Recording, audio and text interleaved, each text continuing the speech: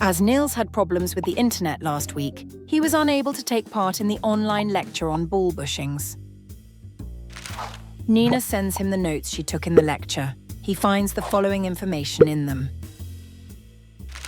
Nina has noted that ball bushings are the oldest products in the field of linear motion, and that ball bushings from the SNR brand can be divided into standard and super ball bushings, which differ from each other in their design.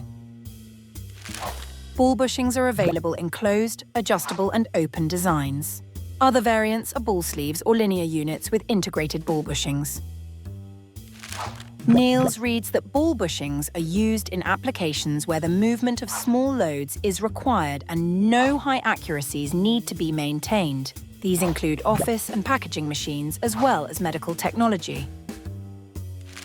Relatively low load capacity and a relatively low friction coefficient, both due to the point contact between rolling elements and steel shafts, are just as characteristic of ball bushings as the fact that they are considered low maintenance.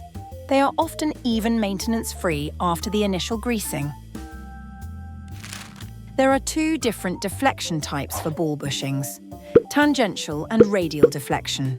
Today, tangential deflection is predominantly used, which is considered to be a very compact design. The professor also talked about the calculation principles of ball bushings and mentioned that ball bushings can be used with radial clearance or preload, although the latter is less common in practice. When calculating ball bushings, the static load rating and the dynamic load rating must also be taken into account, Nina noted. The mileage that a ball bushing covers before the first signs of material fatigue appear is referred to as the service life and is generally given in meters. It is often not possible to relubricate ball bushings. If they are relubricated, this is normally done by using a grease gun. Another topic of the lecture was the assembly. This is relatively simple, if that assembly tolerances for shaft and housing bore diameters and environmental conditions are observed.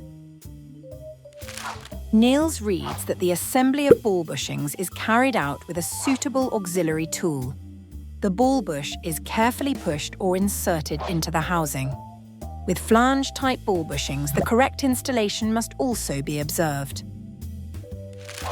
"Thank you," replies Niels. "You've helped me a lot." If you would like to find out more about the different linear systems, we recommend that you take a closer look at the articles on Linearwizard.